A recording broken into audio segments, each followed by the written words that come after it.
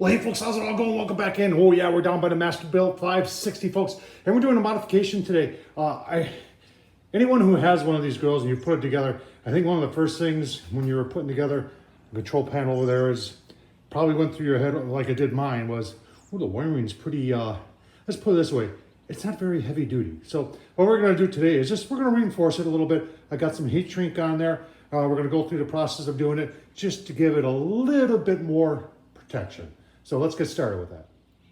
All right, folks, so let's just talk about the heat shrink. There are many different types, and you can spend a fair amount of money on these. I decided to go cheap.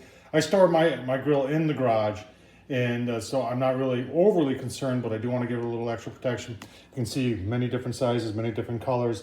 I got this from Harbor Freight. I think this whole package right here was like $1.80, whereas this whole set here was probably about 12 bucks from Home Depot. So, and you're gonna need a heat gun also. So what we're gonna do is, like I said, I wanna give some protection to those wires and to those connections that are underneath the controller. All right, underneath the Masterbuilt, this is the Masterbuilt 560. I don't know what the 1050, I'm assuming the 1050 is the same underneath, but I could be wrong. And you can see what I wanna protect here. Not so much this wire, that's like a metal braided wire, but I wanna protect this one.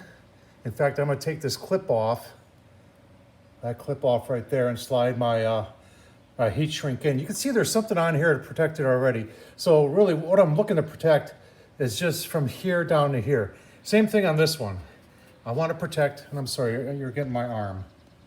There. What I wanna protect is all this right here. Now this connection right here, if you wanted to do something on that, you could, but I'm just, like I said, this is what I'm protecting right now. And I understand that some of the earlier models, they didn't even come with this heat protector. I'm assuming this is for heat. So, you know, right now what I'm trying to do is I'm just trying to protect these connections and these wires. And like I said, then there's nothing I'm gonna do about that. So let's get started. All right, folks, we should mention the other wiring connections too.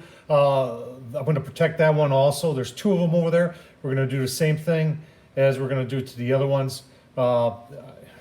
Super simple to do, right? Like I said, we're just going to continue using the shrink wrap for that. All right, there's a good view of the clips, folks. And if you remember how you put them together, you just got to loosen up and pull and push right on this right here and just pull it apart. It comes apart real nice and easy. All right, 1/2-inch shrink tubing is what I'm using. You can see I've got it slid over the hoses. Then I'm going to make my connections and slide it over the connections.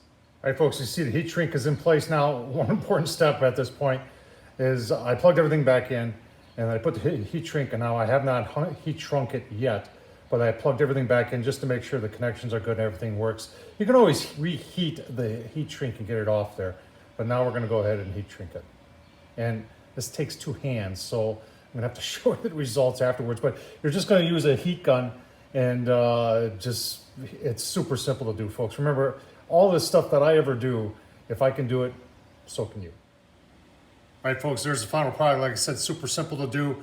And like I said, if you ever need to take the connections apart, just reheat it and you can peel the stuff right off. But make it a little bit more watertight. It's not perfect, but it does give me a little bit more sense of protection there for those connections. So I'm gonna do those underneath there too, but that's going to take a little bit more effort, and I'm going to do it, but you know, you get the gist of what I'm doing here, folks. Tom Horseman at YouTube. Hope you enjoyed this.